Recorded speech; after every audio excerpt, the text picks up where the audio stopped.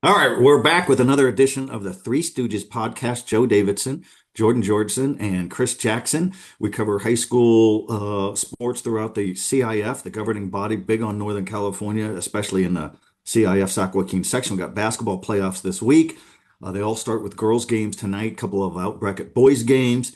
We've talked about it on this show before, and we'll talk about it again. But wow, great brackets, great teams, great depth, good coaches, good players. It's worth going out and checking out. The beauty for us guys in media, 7 o'clock starts. No junior varsity games, no senior nights. It's 7 o'clock. We're in our cars by 8:45 and then chasing down everything else. But first of all, Jordan, nice blue get up, and I see Chris Jackson with his I don't know, look, is that a Jerry West Yeah, sleeve on It's there? the Yeah, Jerry West sleeve West and everything. Virginia? Yep, that's right. Yeah. And then Chris saw Jordan, explain yourself. Pop-Tarts Bowl quarter zip, and he thought he had to one up me on this show. But see, I've got him topped because I've got the old school '83 Raiders Super Bowl champs hat. So I think, in terms of, it's not a fashion show, but it's 2-1 Jordan. I'm just saying. You know what I'm Well, gonna do later? You know what I'm gonna do later? I just bought Luka Doncic shoes. I'm gonna start flopping like him later when I see you. I'm gonna pretend like you tried to take me Yeah, down. that's fine. I'll be the well, Nikola Jokic in this situation. I'll invest in racehorses. I'll look like I'm not having any fun out there. It's going to be a good time. Yeah, the way it should be. and then have a brother or two who want to go brawl with people who boo them. I've Like got two little brothers. Jokic One's in does. college. One just graduated college. They've still got the testosterone. They can do that.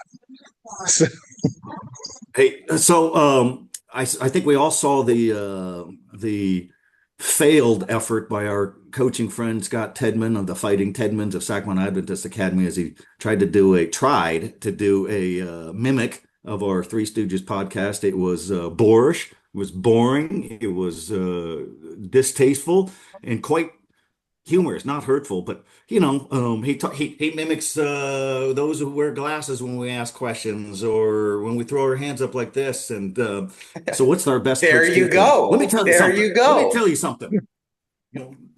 Let me tell you something. And throw a clipboard down. So, no, we're giving you a hard time, Coach Tedman, and we're not sure if you're in the playoffs, not sure if you qualify, not sure if you have a good team, not even sure who you are. But anyways. See, he likes when we do that, the hand motion. Let me tell you something. So we appreciate that. But all right, so um, let's kick this around. I'm going to go to you first, Jordan. Sacramento State is in the FBS. And for people who are wondering, what's FCS, FBS? FBS is the highest classification of NCAA Division One college football. That's where the bowl games happen. That's where the college football playoffs happen. That's where tradition is across the country. Sac State for 33 years has been at the FCS, the second highest classification in Division One college football. Excellent football. We see guys who make it to the Super Bowl out of the FCS programs, and but the FBS was Sac State's goal. You have bowl potential. You got television market, so they're in the mid American Conference. Yes, nothing describes Sac State more than the Mid American Conference. A lot of teams in the Great Lakes region. But what are your initial thoughts there, Jordan? It might impact local recruiting. Kids might say, "Hey, I'll play FBS and stay here without even leaving Sacramento." yeah, I think one thing worth noting, I saw a post from a friend of the program, Kevin John, over at ABC 10, and it was a quote from Eric Armstead this morning that said, if Sac State had been FBS when I was, coming out of high school, I would have considered staying home. And I think that's a big statement because we do have a lot of top talent that goes to UNR or San Jose State or Fresno State or wherever that I'm like, hey, you now have a mid-major FBS program in your backyard. Does that change things? Does that keep you home? And I think that's a big thing to kind of take a look at. But I mean, the terms of the MAC, I think that the MAC is not the final stop for Sac State. They wanted to be in the Mountain West or Pac-12. I think it's easier to move to the Mountain West or Pac-12 or Conference USA or wherever you want to end up when you're already in the FBS and you can move to that conference rather than having to move up a level. So I think the MAC is getting their foot in the door in the FBS. I don't think it's a long-term goal, but it reminds me a lot of what UCF did.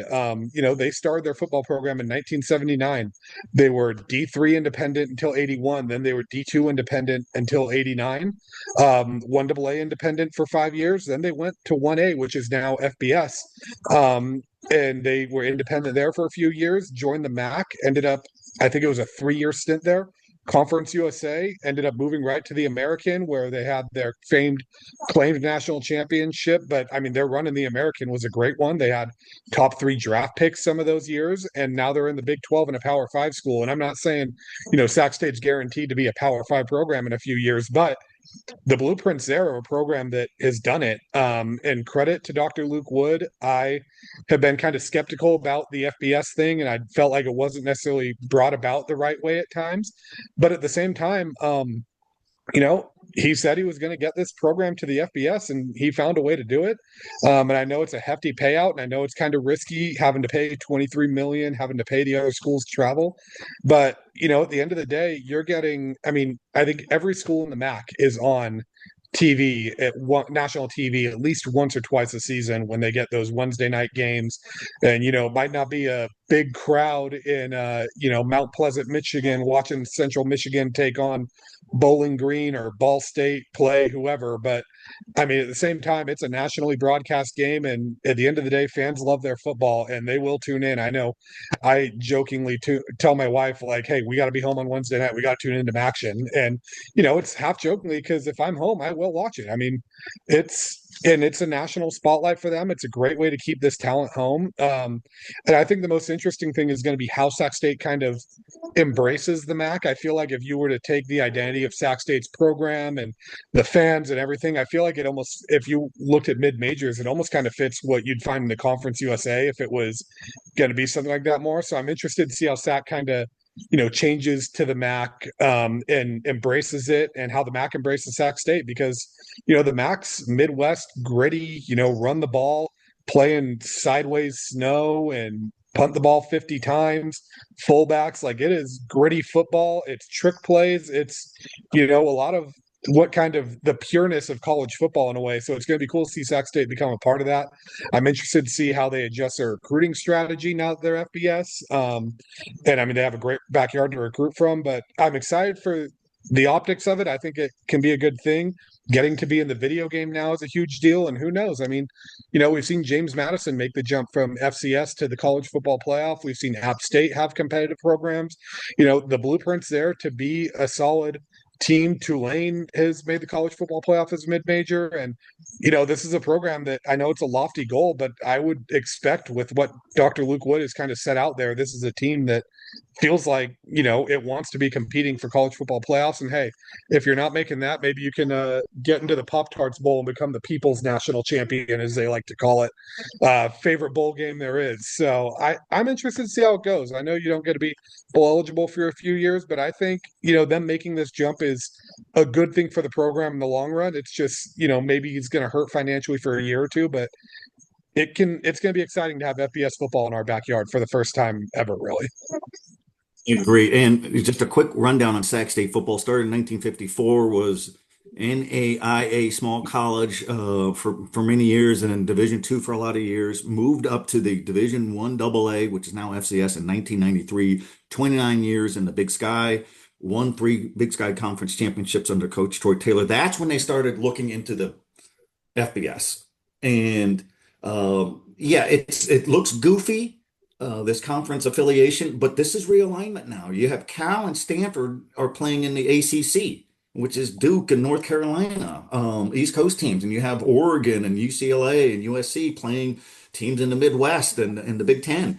So Sac State is the only California team in the 80-year history of the MAC, or the Mid-American Conference, the MAC, and so Sac State is in this conference because of an invite. Did not get an invite from the Mountain West, did not get an invite for the revamped Pac-12. Those would have made more logistical sense. But as you touched on there, Jordan, this isn't the final stop. It's a 5-year deal. It's $23 million paid over 5 years. And so how are they going to fund that? It's going to be just added revenue. And if Sac State if Sac State fans want this FBS move, they'll come out. And there will be ESPN games on a Tuesday, Wednesday, Thursday, and the Sac State folks want to be on that platform.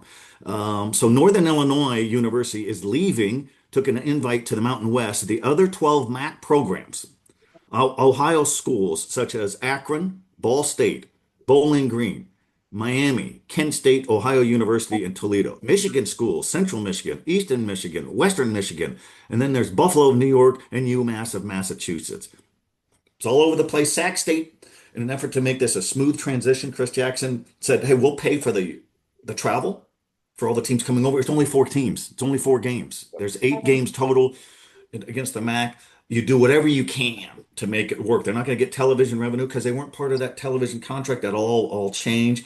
Here's the bottom line, guys. And there's a lot of people on social media, oh, this is a bad move, blah, blah, blah, whatever. Actually, it's a great move because what is the better football conference for the ambitious Sac State Hornets? The Big Sky, which is an elite FCS program or a conference, or an FBS level Mid-American? No brainer. It's a 5-year deal, but it's not long term beyond that. But the intent is to be long term, lifetime in the FBS. Oh, Chris Jackson, I would think, and good point about what Eric Armstead said a long time ago, the 49ers. He told that to Luke Wood and Mark Orr days ago when they were asking him, and they recounted that in a Zoom call with local media. But I've heard athletes say that too over the years. But Chris Jackson, you always have a good pulse on recruiting. Kids in Northern California, they like to get away from home. They like to play at the highest level. And so Sac State wants to fill out his non-conference schedule in the coming years against teams like Fresno State, who they open with this season, San Jose State, Nevada. Bring it on. I mean, this is going to be a recruiting tussle between all of them. And if you're rooted in California, then who's to say guys from the Midwest wouldn't want to come out west and play? So, what your thoughts on all of this, Chris Jackson? I think it's a boost, number one, for recruiting, especially when you hire a head coach like Alonzo Carter that is known by many of his peers as a dog of a recruiter. He was excellent at San Jose State, really finding gems, got some gems from the Bay Area, Northern California there. Ties back to his roots as a high school coach. Climates, all these different schools, right? Coach in Oakland, coach in the junior college ranks, moving up to San Jose State, Arizona, where he definitely snagged some guys as well, had success with his different position groups, running backs, that type of stuff. You got to think another reason why you hire a guy like him is because of that recruiting footprint as you make that move. I was skeptical of this from the jump. Are they actually going to make this happen? Because you hear a lot of people say a lot of bold things in life. Very few of them make it work, right? Usually a lot of times winning is just done through silence, right? And I was skeptical. Is this going to happen? But also, you got to be bold. You got to be different to be successful and be successful in this era where everybody's trying to do the same thing, right? Joe, you're not successful because you do just the same thing as everybody else. No, you have different types of content, different things you do, right, to buck that trend and stand out yourself. And that's what Sac State's doing. They're joining the MAC. It's weird. It doesn't make sense regionally, right? And then you've got Northern Illinois joining the Mountain West, which again doesn't make any sense. But look at who you've mentioned: UCLA, USC, Oregon, Washington are in the Big Ten, playing Ohio State, Iowa, all those schools. Penn State. You've got Cal and Stanford are in the ACC. Even though you could see the Pacific Ocean from Tightwad Hill there, you've got the Atlantic Coast Conference emblem on your field, right? But it's just because the Pac-12 kind of fell apart, right? The TV deal fell apart. Everything fell apart there. They wanted to stay. You just want a seat at that table. My alma mater is in the Big 12, and they're in the same conference as Arizona State. How does that make any sense? It doesn't. But they get good money from that TV deal.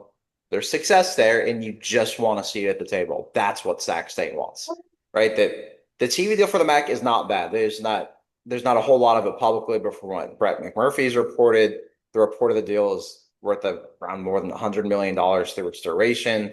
It's over $8 million a year. It's a 13-year deal that lasts until I think 2027. See how that goes after. But Sac State's doing it differently too, right? I've seen schools try to make these different moves.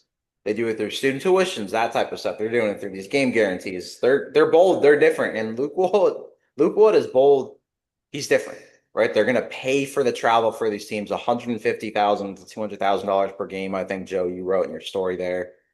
It's a lot of money, right? But there's only 4 of those games.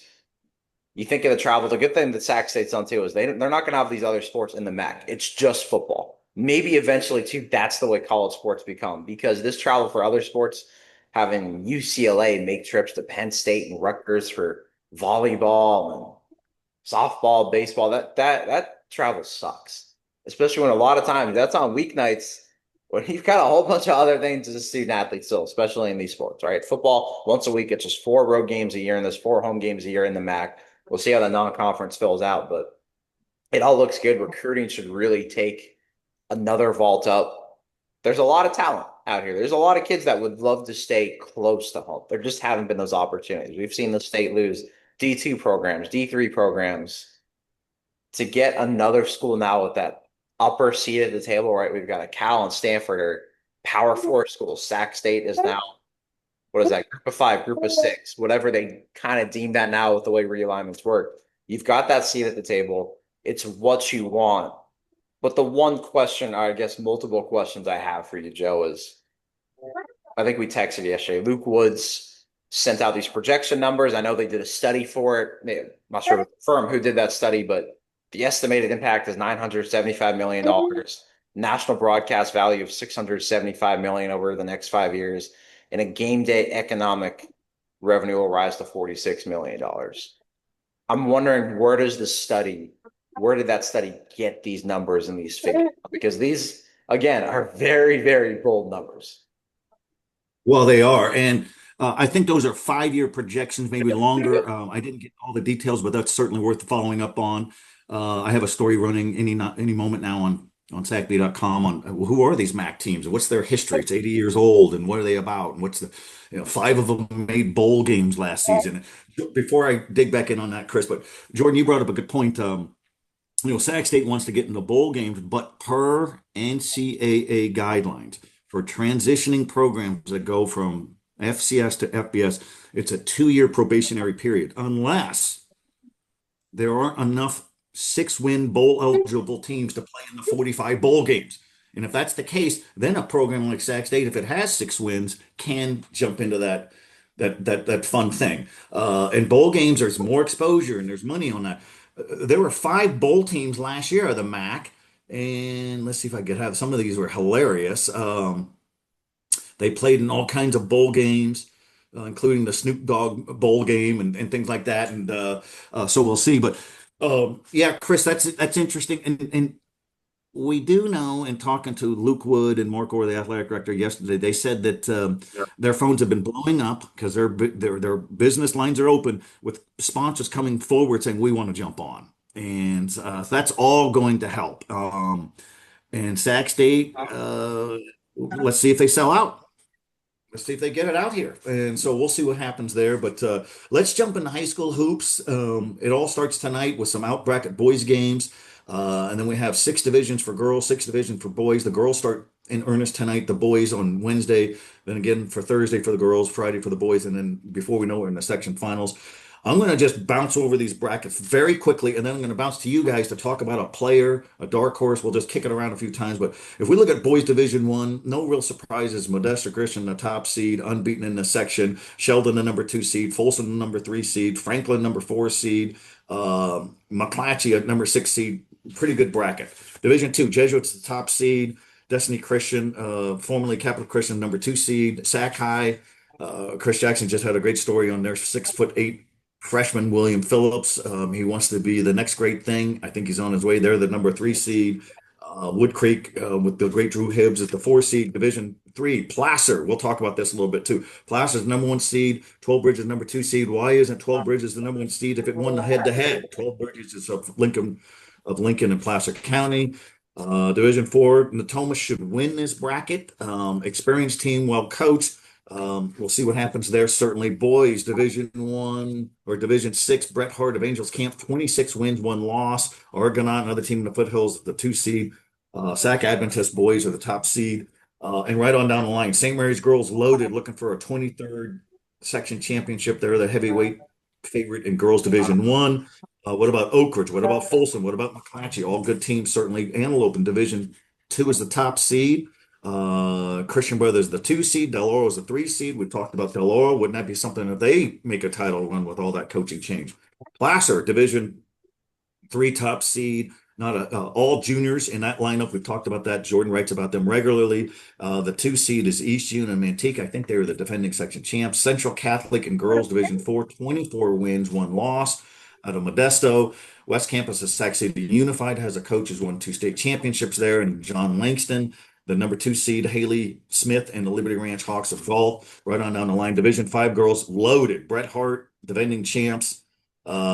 Faith Christian with Lauren Harris, Woodland Christian, defending state champion, and then Sac Adventist girls are the number 1 seed in for Division 6 with the great Gwen Rosich, Kyla Friedrich, and then our friend Scott Tedman.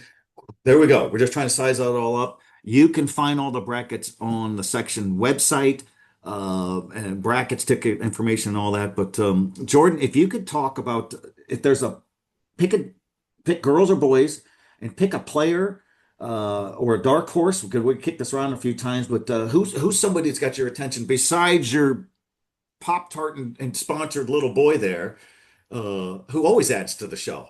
I mean, Chris, let's just not talk basketball anymore. Let's just No, we're talk not. about We food. can't anymore.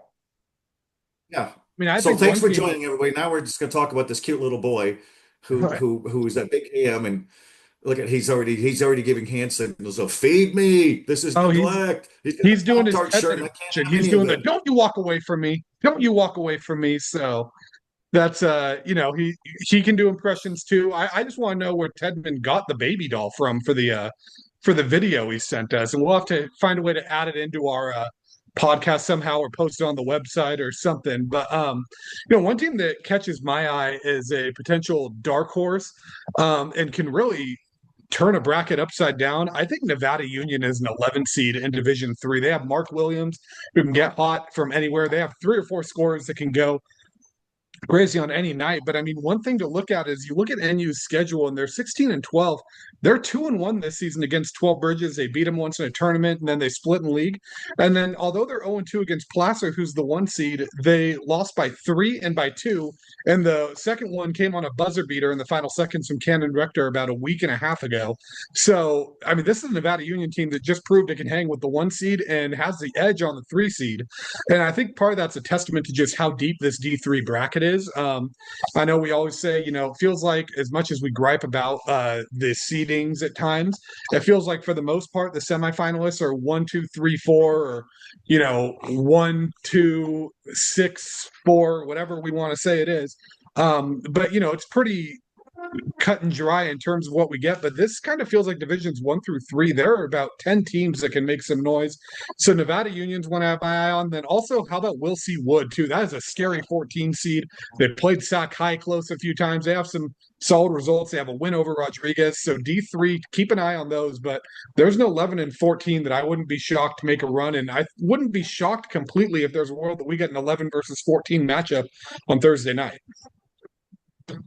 Oh, it's good stuff. And with that rolling momentum, Chris Jackson, same thing. Pick a team, a player, somebody to look for. We just read off a lot of the top seeds and the favorites, but what makes the playoffs so fun is when there's upsets, and there will be upsets. I'm gonna just look at a lot of 11 seeds, right? Doesn't it feel like you're filling out one of those March Madness brackets? And you're like, oh, the 11 seed. This is a sneaky team. They shoot really well. They got the best player.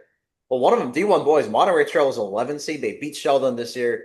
They've got, if not the best player in this bracket, and one of them, Julian Williams, the freshman. He's had multiple 41-point games, one of them against Sheldon. They play McClatchy in that first round on Wednesday. That's a game I think a lot of people are going to show up to, and I urge them to go to a game like that too. D1 girls as well, Cosumnes Oaks, also Velcro Grove Unified, an 11 seed. They're playing McClatchy.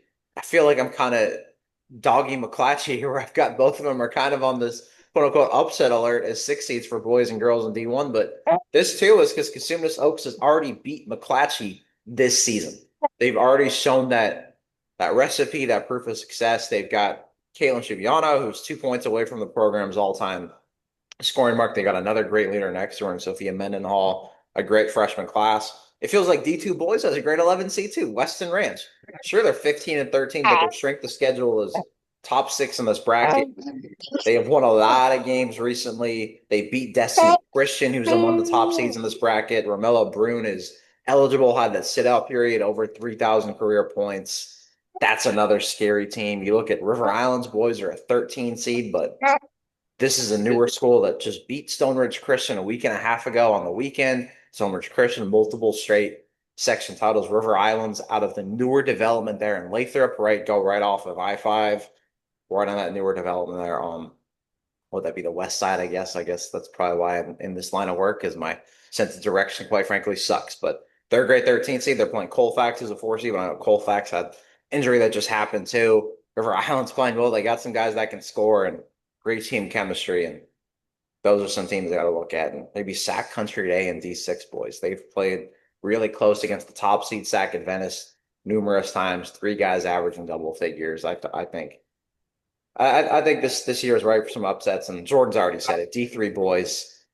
I asked Robert Ash on Friday after the win at Del Campo, do you guys care what seeding? Does it matter? He's like, oh, we care because we know this bracket's going to have upsets. Everybody thinks we're going to make a run, or Casa or Placer or Christian Brothers, Oakmont. Well, look at Roosevelt, who's a scary 9 seed, who's already beaten Placer this year, and he's got some prolific scorers on that team, or Nevada Union, who's got some big ones as well. So that D3 boys one, don't be surprised if maybe you got a couple of double-digit seeds in the semis, but of course, since we say this, it'll probably be chalk. It'll be 1, 2, 3, 4 in those semifinals games. Now that we mention this. Well, what do we know? What do we know? So, I'm going to jump on the boys division. Where's that noise coming from? Do you guys hear that?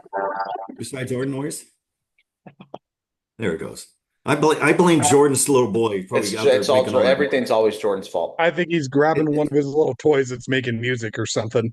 Well, or he's grabbing your feet and you're making the noise. But all right, as we're breaking down the high school boys and girls basketball brackets, who are some of the dark horses and all that. Great point, Chris Jackson, about Romello, Brune, and Western Ranch out of Stockton, 11 seed. Those are the danger type of teams. They're going to take on Antelope, the number 6 seed. Romello Brune was so prolific and so good, a good champion player for small school Woodland Christian. He transfers to the Division I school. He's still prolific, still about 30 points a game, 3,000 point career scorer. He alone could be a problem. How about the Grant Pacers taking on Del Oro and boys tomorrow night in Division II in Loomis?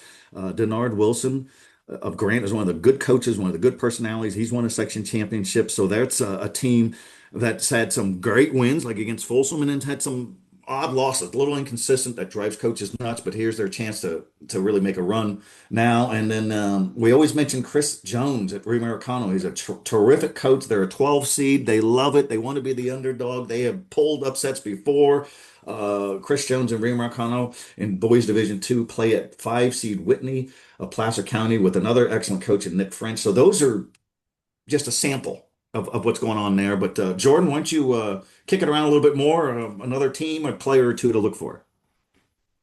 Yeah, I think another one that really kind of shifting over to the girls' side, scary team for me is Colfax girls at number 6 in Division 2. They're fitting their stride at the right time. They're a 3-time section champion. Chase clearly disagrees with me over here. He's fighting me on it, but I think that Colfax girls team is a very scary team. That can make a lot of noise. I would not be shocked if they upset Del Oro in that quarterfinal matchup. And then keeping it on the girls' side too, I think another scary matchup. They're not necessarily a low seed in terms of it, but Lincoln as a 5 seed, I think, is a team that is very possible to go and win that road quarterfinal game. We could get a Lincoln 12 Bridges crosstown rivalry. That's a scary one. Then even, not necessarily a low seed in D3, but Lathrop is a 3 seed at 28-0. I mean, you've won all your games. Hey, you have a right to have a gripe that you were a 3 seed and not a 1 seed or a 2 seed. But that's a team I wouldn't count out. It's hard to win 28 in a row. And then Rio Linda is a very scary 9 seed. I know Placer coach Tony Campbellucci was not, he was nervous about them coming into the year, kind of felt like they were the favorites, a lot of people thought. Placer beat them in the regular season, but beating a good team is hard to do twice, so I'm sure they're not thrilled necessarily about that. And then how about the one Chris and I are going to tonight? Another team you don't really count out in the postseason ever. Bear River is an 11 seed. I know Union Mine's got them twice this year, but anytime Bear River is in the postseason, it just feels like they're ready to make a run. Jen Krill always has that team ready. I would not be shocked to see them make some noise. And Union Mine, to be honest, I think the winner of that game is very possible to pull an upset. I think it's going to be a fun game, but some of these small schools in girls basketball are going to be scary. Valley Christian's a scary 9 seed as well. I mean, they could easily pull that upset against Sutter. So I think that's going to be a fun one. And then one that I meant to mention too in Division 3, Ponderosa. That is another scary 15 seed. They have to win that out-bracket game tonight against Foothill. But I mean, look at some of their results. They lost to Casa Roble by 5. That's a 2 seed right there. So you already took your 2 seed down to the wire. They lost to Rockland by 2, defending D2 champion Rockland. They beat Davis. They had a tough league schedule. They lost to Wood Creek by single digits. They faced Christian Brothers, Rio Americano, Vista, Intercom, Bella Vista. So, a tough non-league slate. But Ponderosa is not necessarily a team. If you're Casa Roble, you're excited to see on that 15 line. So I think that can be a scary one. And then while we're on those out bracket games, how about Rockland? Anytime you're a defending section champ, I think you still have that target on your back. And I think Rockland's a scary 15 seed where, I think they're young this year. They've got a lot to work on, but at the same time, you lost to Folsom by 1 earlier this year. They have some good wins. I think Rockland's a team to look out for. Same with Del Oro in Division 2 as a 7 seed. I wouldn't be shocked to see them make a deep run as well. No, that's good stuff as we drop now names and teams and coaches and programs. Great call on Jen Krill. She won championships as a player at Nevada Union when the miners were a Division I powerhouse. Rexanne Simpson was on some of those teams now. She's the Colfax coach. We applaud the great coaches.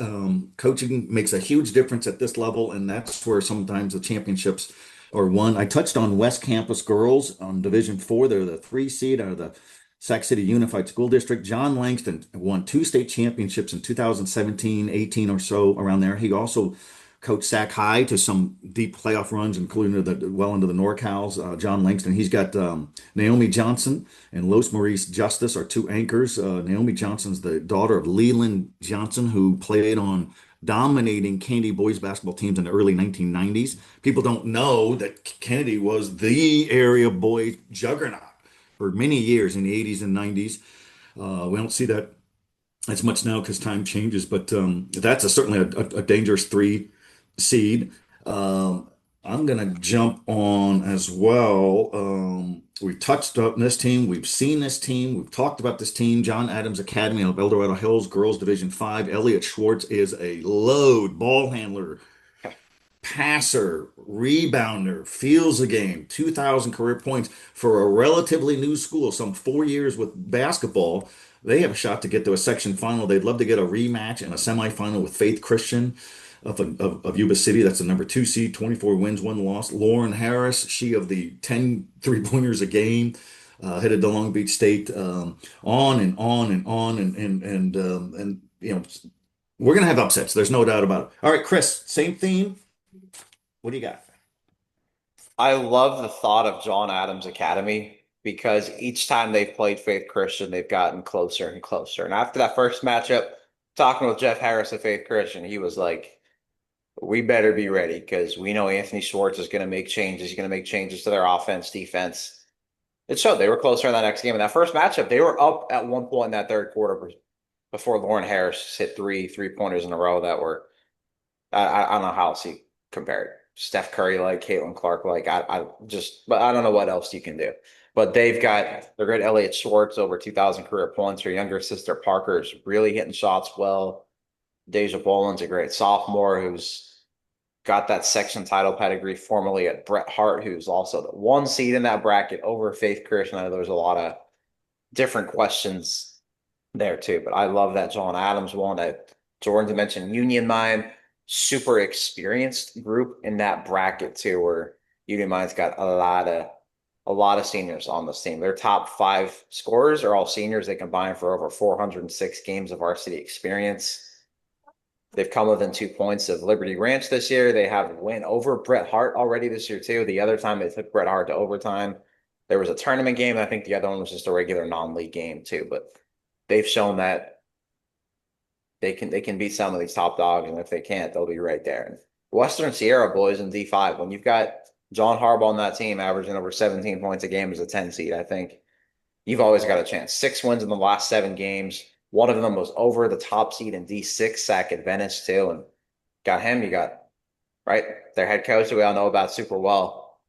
It's hard for me to pick against the Western Sierra from at least getting a win or 2 when it comes to these playoff brackets this year. Yeah, no, it's good stuff. And if we let's peek ahead a little bit. So if the seedings hold, we will have a McClatchy at Folsom Division I game on Friday in a second round game. Wouldn't that be something? But we know that Monterey Trail with Julian Williams is certainly capable of pulling an upset.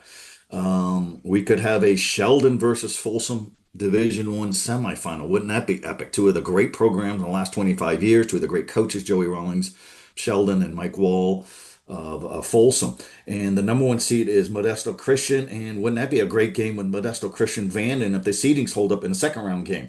An X factor is Franklin. The Wildcats of the Elk Grove Unified is Aiden Rollins going to be healthy. Coach Ken Manfredi says he will play in the playoffs. He's been battling a groin injury. He missed the last couple weeks of the regular season. If the seedings hold, number four Franklin could be playing Lincoln and Stockton in a second round game and could get Modesto Christian in the semifinal.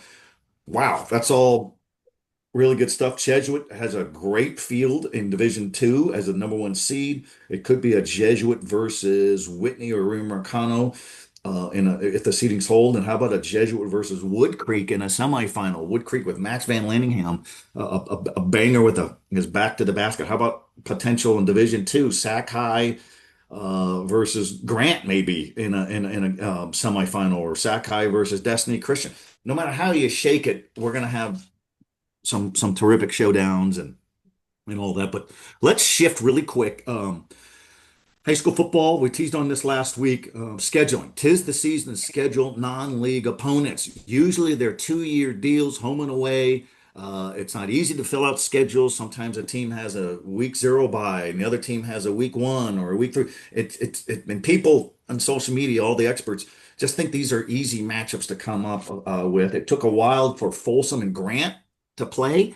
They played in season openers in 2010 and 2011, and then they finally did it again last season. Folsom won that game, went on to win a state championship.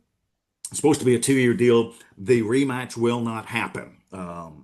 Grant has decided to move on from that game and is going to play somebody else. I think it's already scheduled. I think they already have an opener, but they're looking for another game in September. This is a bummer. Grant prides itself on taking on all comers and anybody. It's certainly the case if you're playing Lincoln of San Diego, or if you're playing De La Salle, or some of the central, the Fresno powers of the central section.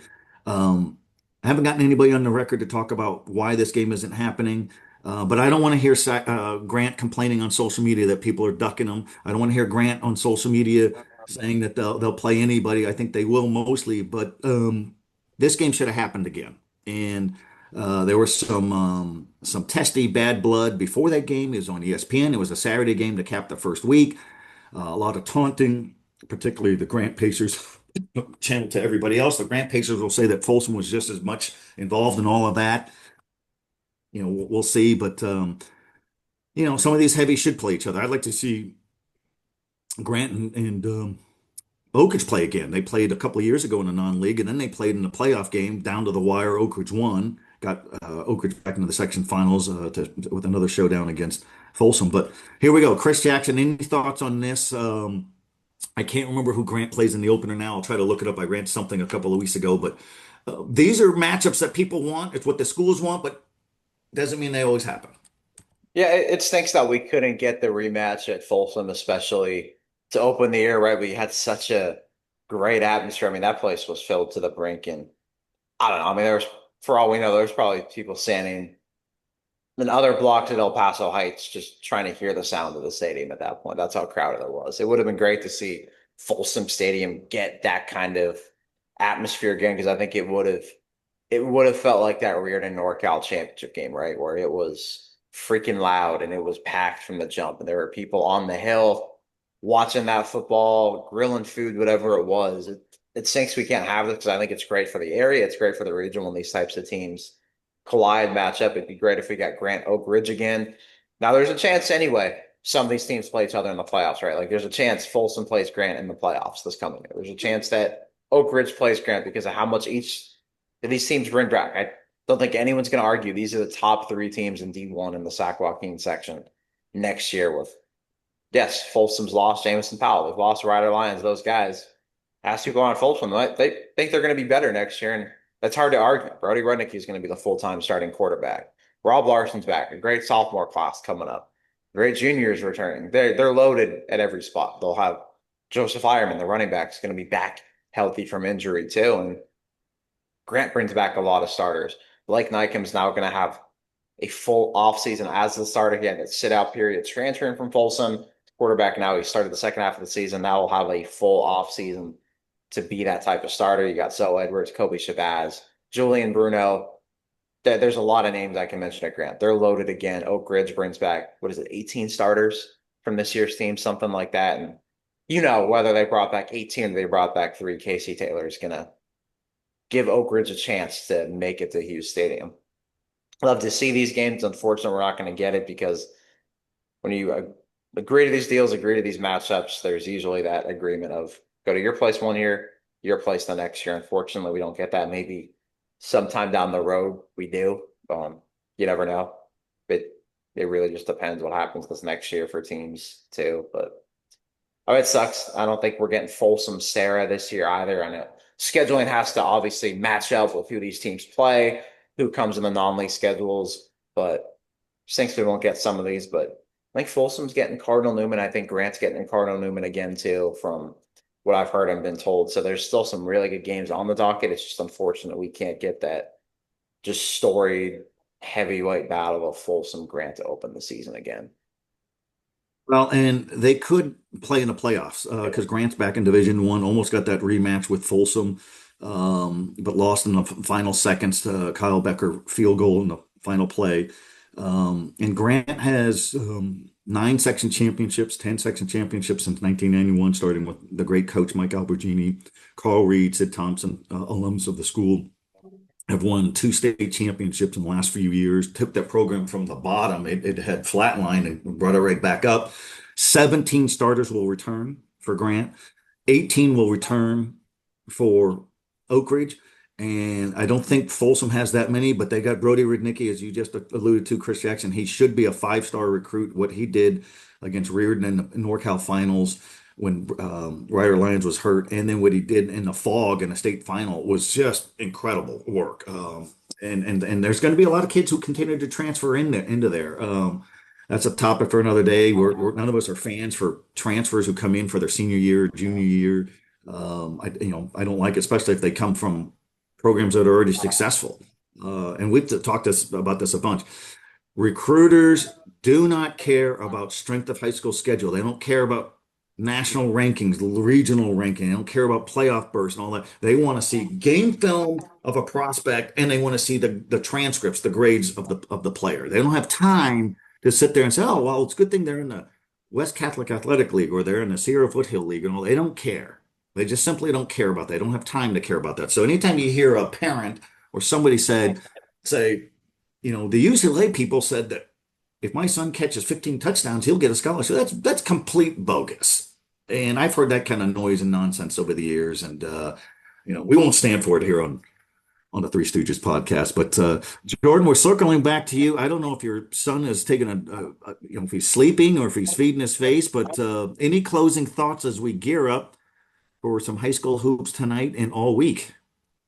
Yeah, I think the biggest thing is, we always hear every year after the brackets come out, this team should have got seeded here, this team should have got here. Well, at the end of the day, I'm not saying I agree or disagree. I have my thoughts on, how the brackets shake out, but, the section committee determines what they kind of value the most.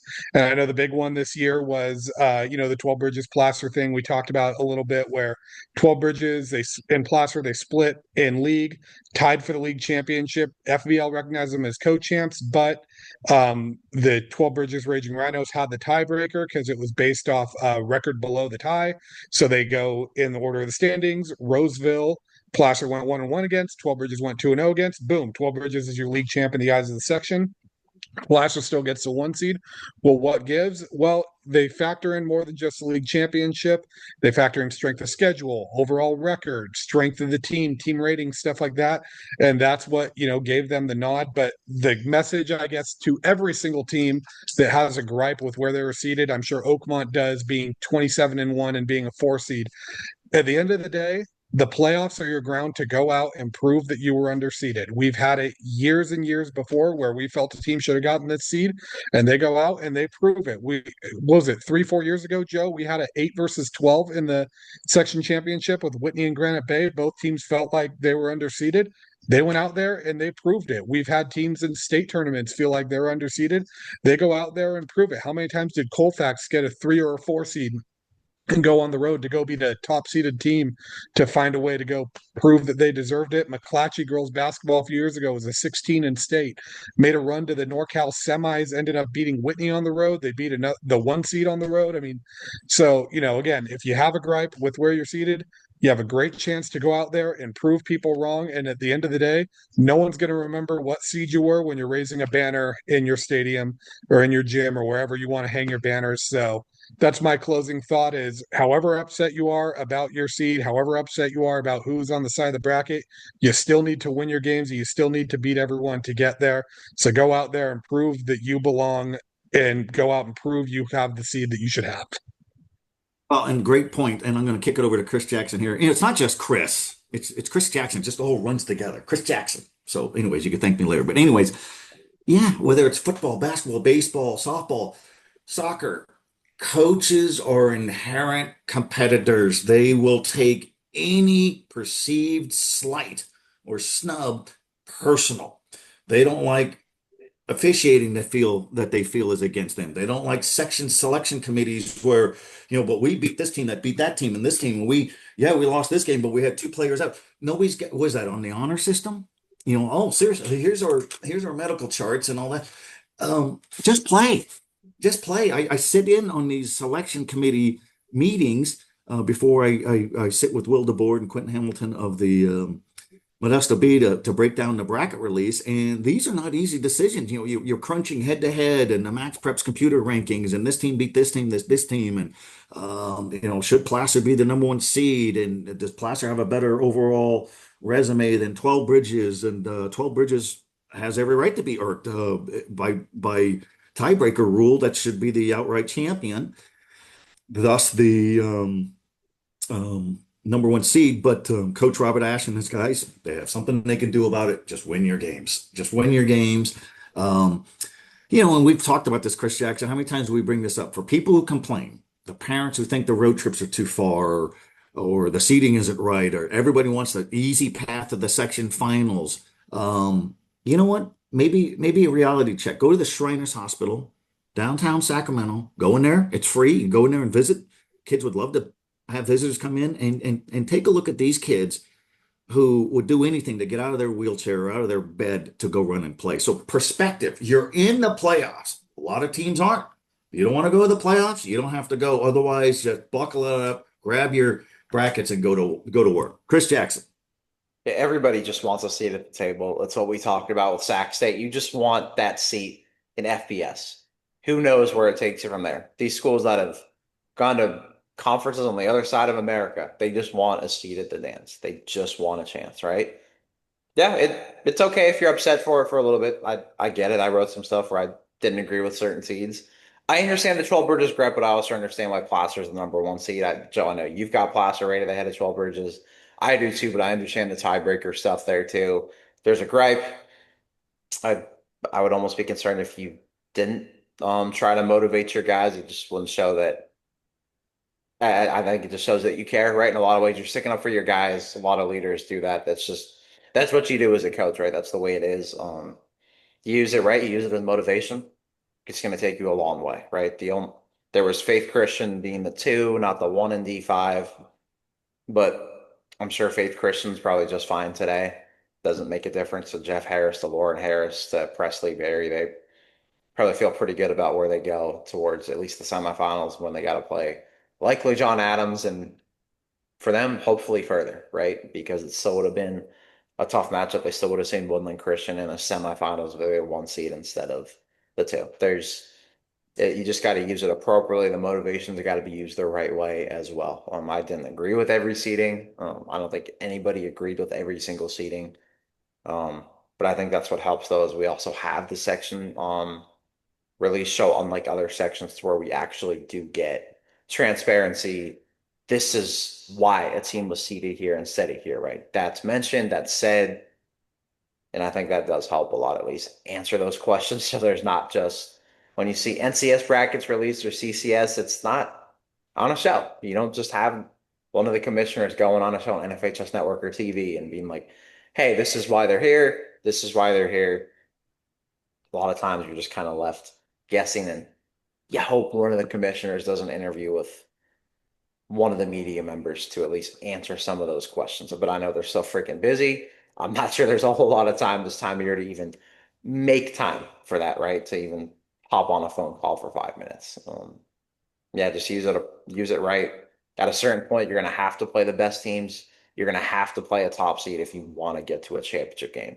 That's just what happens, right? At a certain point, you're going to face those teams. Sometimes it's sooner rather than later, but if you get that bigger win even earlier, that probably sets it up to be easier the next round or the round after that too. If you can pull off an upset or one of those teams that certainly scares you as too. But we'll see. I'm excited. Can't wait to see it. All of our projections don't mean a damn thing, honestly, at this point.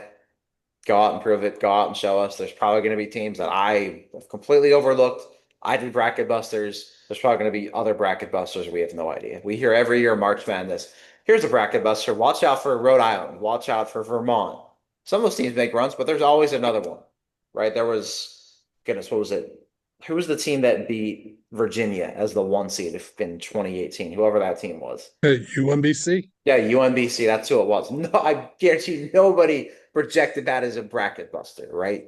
No, nobody that was an expert of this game projected that as a bracket buster, but they came out there, they played better, they were ready. Virginia clearly wasn't. They won't. That's what it's going to boil down to this time of year. You win, you get another practice with your team, or you unfortunately have to say those goodbyes and have that final speech to your team and prepare for that banquet, whenever that is.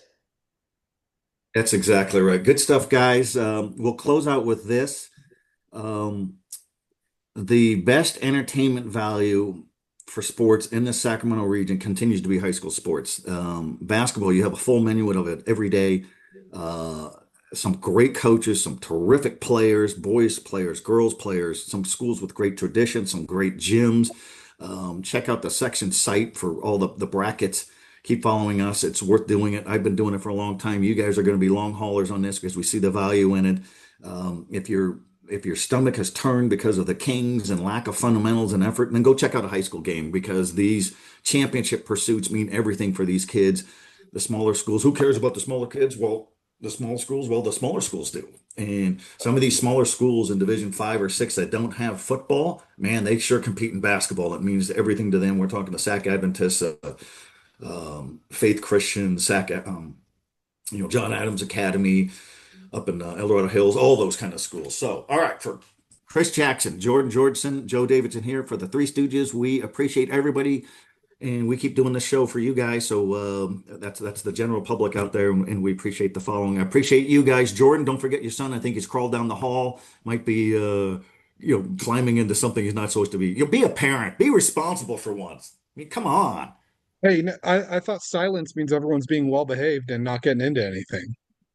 Yeah, he's probably got he's probably spraying some whipped cream in his mouth or something, it's just coming out of his ears or something. But no, good to talk to you guys. Appreciate you guys. Be safe out there, you guys and everybody else. We're the Three Stooges signing off.